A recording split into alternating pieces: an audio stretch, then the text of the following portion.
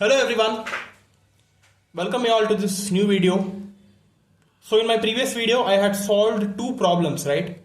So I'm going to continue that problem session only in this video. I've already told you that I'm going to solve other two problems in this video. So here in this video I'm going to discuss two important questions with respect to the final exam point of view, and these two questions, mark my words, are very important from this module, and any one of them would be definitely asked. Okay, you just seal it right now. It would be definitely asked in the final exam, any one of these two questions. Okay, not the same values, the values might be changed, but this question would be definitely asked. Okay, so whatever I solve in this video is very important, and please share this video. Don't skip any part of the video if you want to understand this problem. So please don't skip and try to be with me. Okay, yeah. So let us see the question now.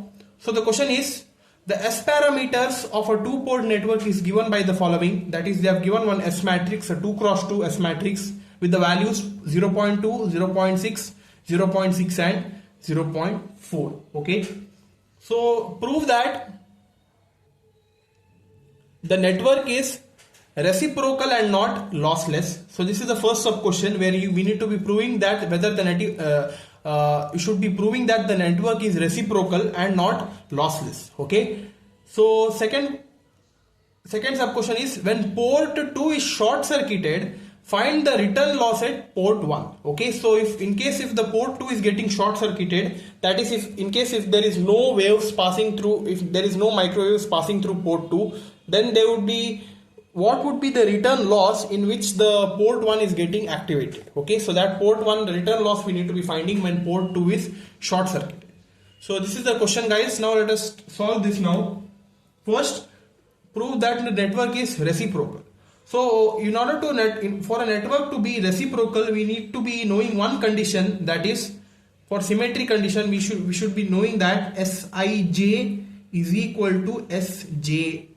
Okay, so just check whether this condition is getting satisfied in any of these values.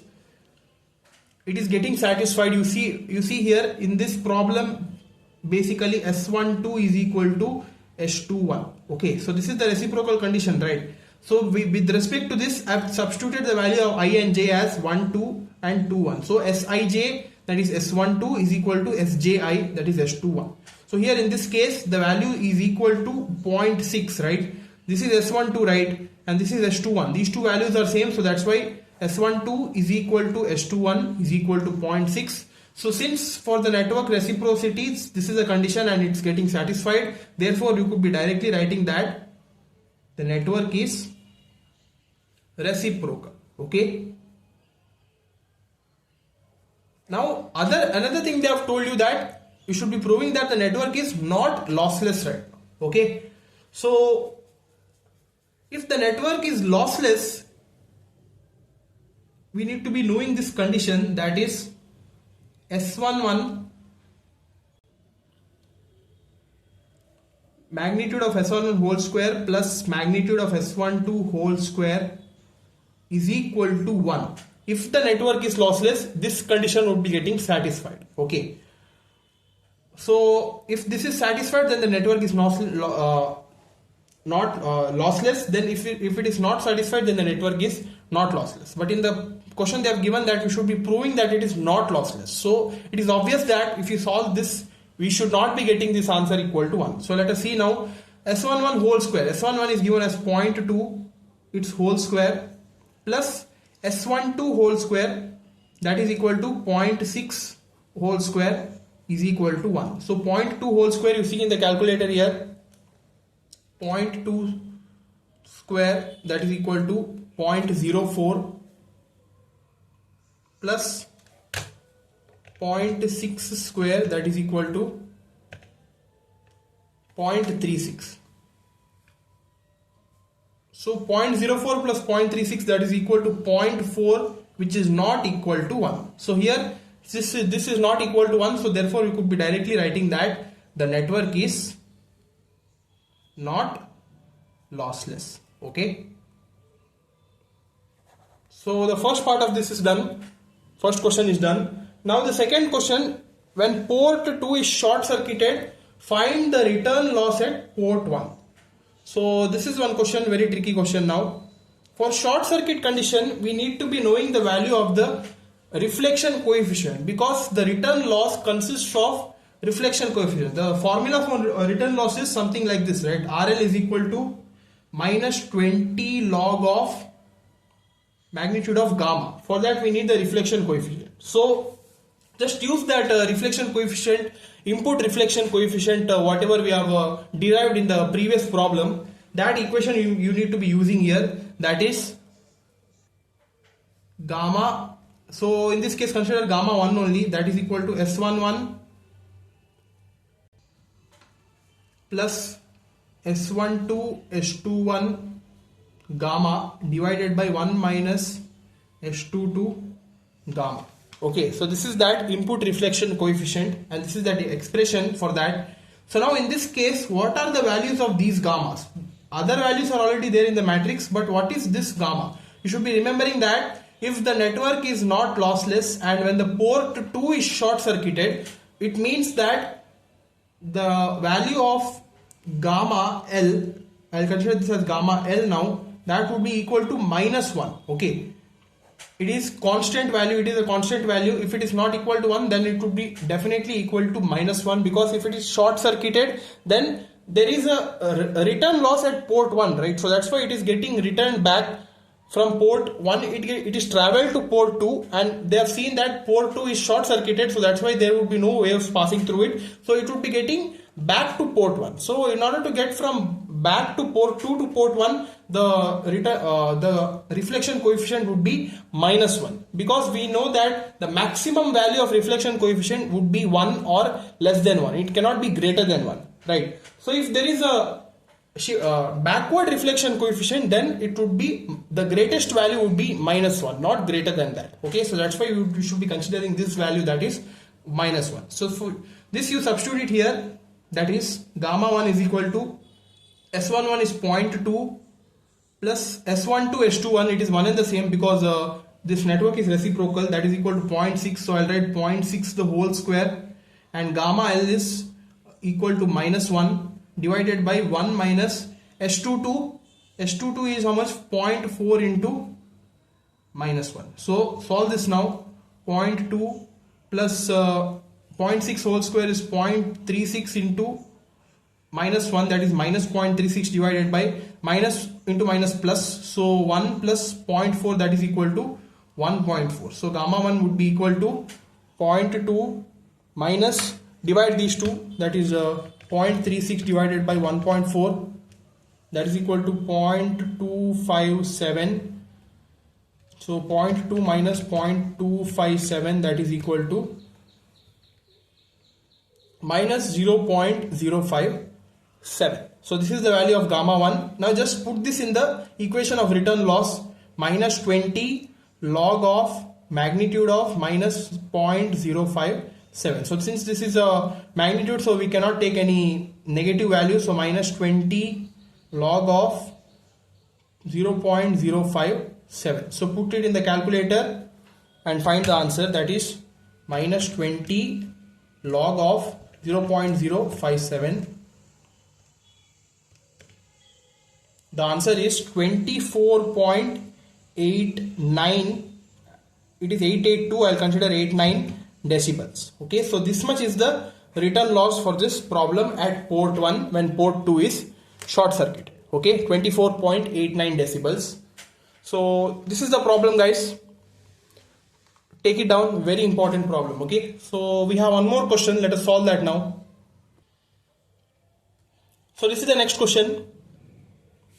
In a H-plane T-junction, compute the power delivered to the loads of 40 ohm and 60 ohm connected to arms of 1 and 2 when 10 milliwatt power is delivered to the matched port 3. Okay, this is a problem. What they have given? They have given a H-plane T-junction. We need to compute the power delivered. Okay, power delivered is to be computed to the loads of, they have given the load value, that is load impedance values, they have given it as two values, one is 40 ohms and 60 ohms connected to arms 1 and 2. As you know that in H-plane T it consists of two arms, right? So those two arms, with respect to those two arms, these load impedances are connected. with when 10 milliwatt power is delivered to matched port 3. So here the port 3 is completely matched, so that's why the scattering matrix value S33 would be equal to 0, and here they have given also the characteristic impedance to be assumed to be 50 ohms. So how to solve this now?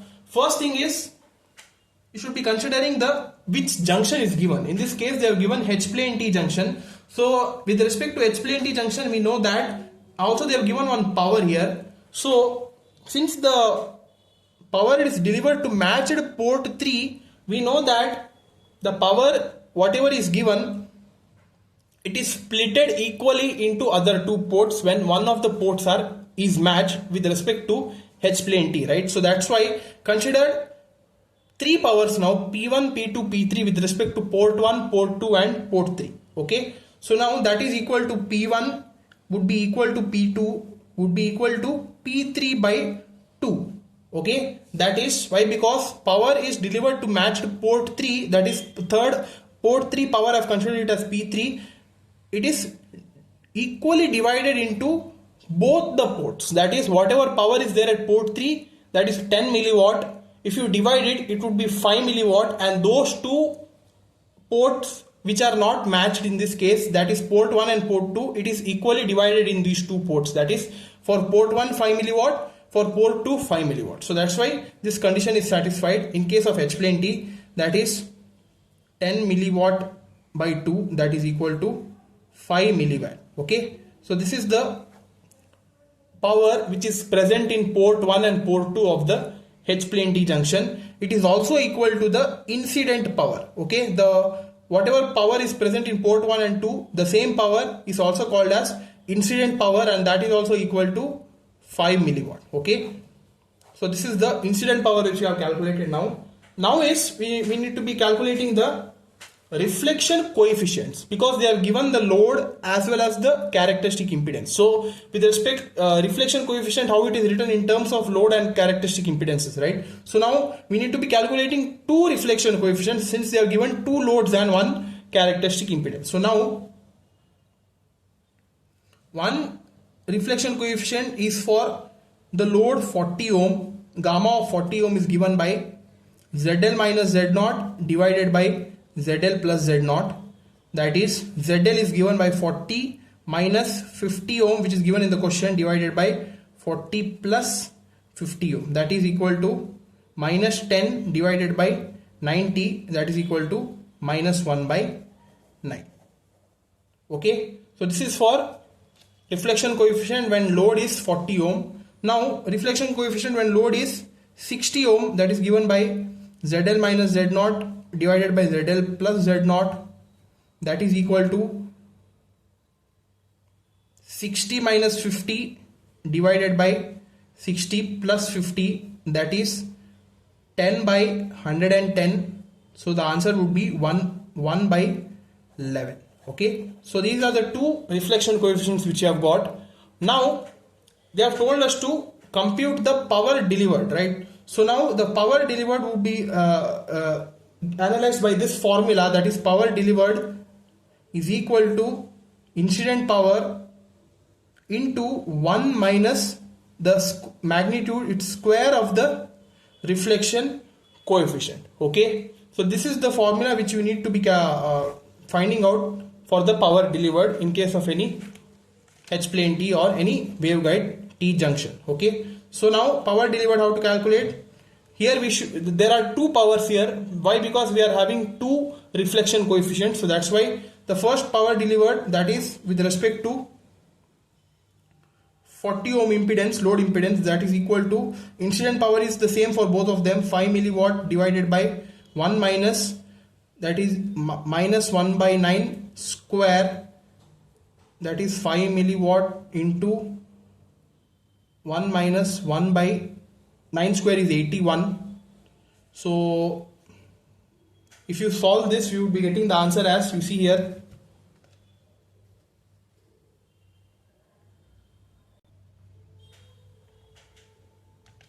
Five into 1 minus 1 divided by 81.